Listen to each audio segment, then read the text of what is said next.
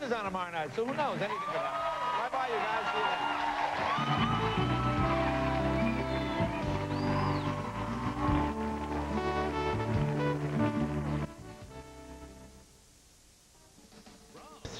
then. We have to be very careful here. You're the government, and this is America.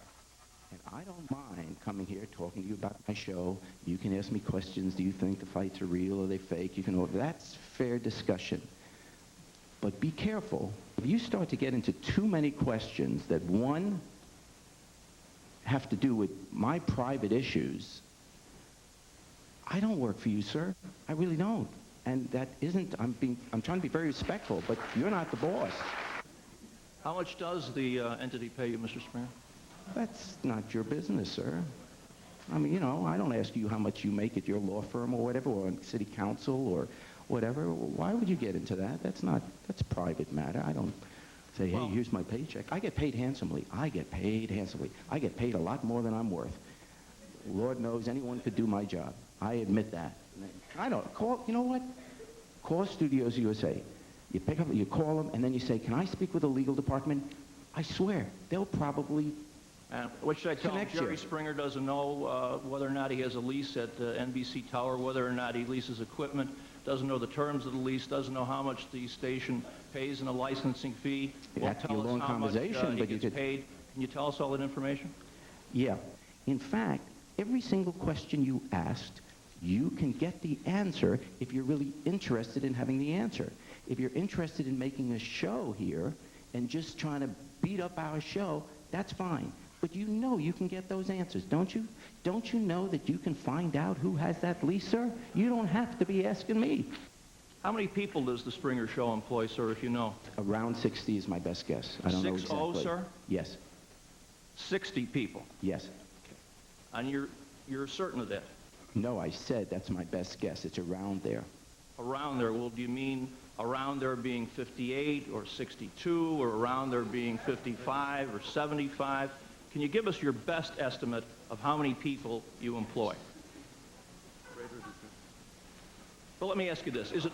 I think you answered the question, Alderman. Let me ask you this, around Mr. Springer. 60 people, okay? We wrongfully assume, since the show bears your name, that you know more about what's going on there. Yeah, you wrongfully assumed. There are things I know a lot about, and there are things that are not my business. I can't imagine, Andy Griffith knew a lot about all the contracts and business arrangements of the Andy Griffith Show. I mean, I'm hired to be a host of a talk show. That's what I'm hired to do. Please understand,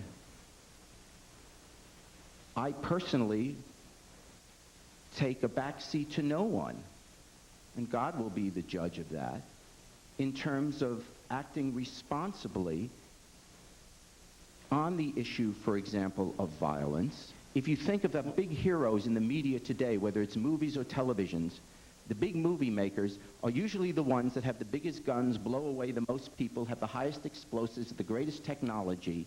It's incredibly, incredibly violent. But it's never made to look very bad. Till my death, I will tell you that the fighting that you see on our show in no way ever, ever, ever glamorizes violence. Just the opposite. The message that people get by watching our show is that fighting does not work.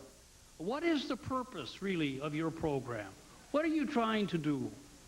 My show... Are you trying to...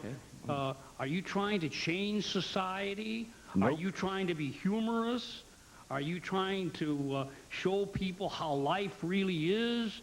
Are you trying to give employment to would-be actors? I mean, what is the purpose of your show? I have said this so many times publicly. I think it's a silly, crazy, outrageous show. I think it's chewing gum. I think the world will be fine with it. The world will be fine without us. Without it, it's just a stupid show at times. And that's all it is. It's like, it's an hour. If you want to just talk to your friends, because every single one of you here has someone you deeply respect in your life that, if under oath, would have to admit that once in a while they've watched the show. Up next, China marks a somber anniversary, and the White House tries to survive the fallout of the spy scandal.